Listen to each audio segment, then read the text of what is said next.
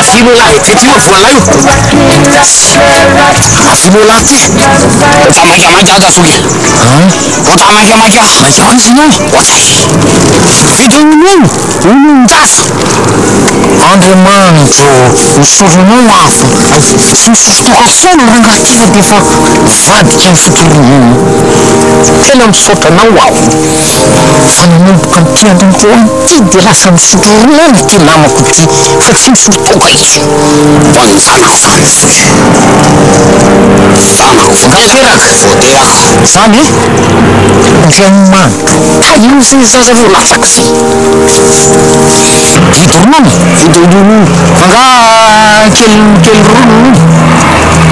ronony de ohatrany zantarely sasa io aloha misy ohatrany podopodamma kely za tsy tena midira andiany amy taotro ihany fa mbola variana amle tena vandimadiny ay lanina kena mafay modana lela tena mbola mahavariana fa hitanao fa ela loatra naniriko amle lakely zile tare zany mbola tsy de tena jire tsy mijery mihitsy fa tena matondraka amin'ny alina tena taitsakana de mitsapa aloha tena mbola kofoka kely tena vay zay tena ragazzi tena reveko mihitsy fanao box zany lasa de izy anaran'le bokeo zao aloha zao zahatsakosoko aminao mba ampiasao le saina firy andro moa zao le zaisa 5 jours 10 andro ahoana ny afatarana ianarany foana voajerenao izy de efa miplaise de so anao firinao tonga de hoe za plaise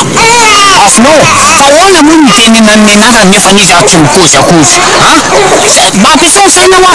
ahoana ny afatarana ny anarany nefa nizy mbola tsy miteny avy ty fotsiny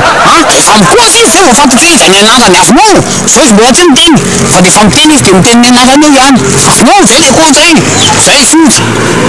zazakely ve de miteny ny anarany de ataonao raha hoay zany ny anarany zay mba ampiasao saina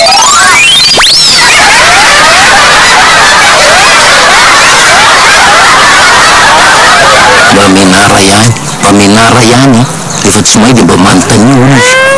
fa tsy lasa ohatry Tenantsika mikely miala jisy manmelatry ny tonanao manomoditra aretina sy microbe tena isan'ny fiarovana ny virus H1N1 azo entina mifindrafindra sady azo ampiasaina maizana izy misy karazany telo ny tena lafina citronis ary manta Mikel mpanjaka ny fahadiovana